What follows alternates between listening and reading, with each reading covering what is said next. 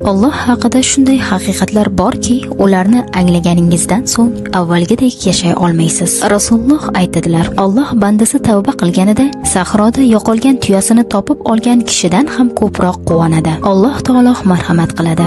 Albatta, Alloh barcha gunohlarni mag'firat qiladi. Inson tirik ekan, umid uzilmaydi. Muammolar insonni Allohga qaytishdan to'xtatishni xohlaydi. Qancha xato qilingan bo'lsa ham qaytish uchun imkon bor. Faqat uni juda kechga qoldirmang. Rasululloh dedilar: 7 toifa insonni Alloh o'z soyasida panohlaydi. Ulardan biri yolg'iz qolganida Allohni eslab ko'zidan yosh chiqqan kishidir. Yana bir hadisda Rasululloh dedilar: Allohning qo'li to'ladir. U qancha bermasin, undan hech narsa kamaymaydi. Qancha so'rasangiz ham bu Allohning xazinasini kamaytirmaydi. Qancha gunohni mag'firat qilmasin, bu uning rahmatini tugatmaydi. Alloh taolo marhamat qiladi. Bandalarim sizdan men haqimda so'rasalar, albatta men yaqinman. Duo qiluvchilarning duosiga menga duo qilganda javob beraman. Hadis qudsiyda shunday keladi: bandam men haqimda qanday gumonda bo'lsa, men unga shundayman. U meni zikr qilganida men u bilan birgaman. Rasululloh dedilar: albatta Alloh yaxshilik va yomonliklarni yozib qo'ygan. Agar banda bir yaxshilik qilishni niyat qilsa-yu, uni amalga oshirmasa, Alloh unga to'liq bir yaxshilik savobini yozadi. Agar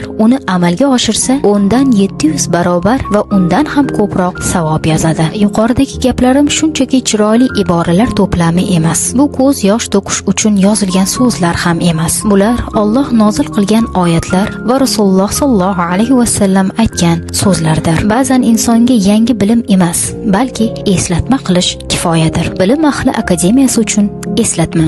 Ma'assalama.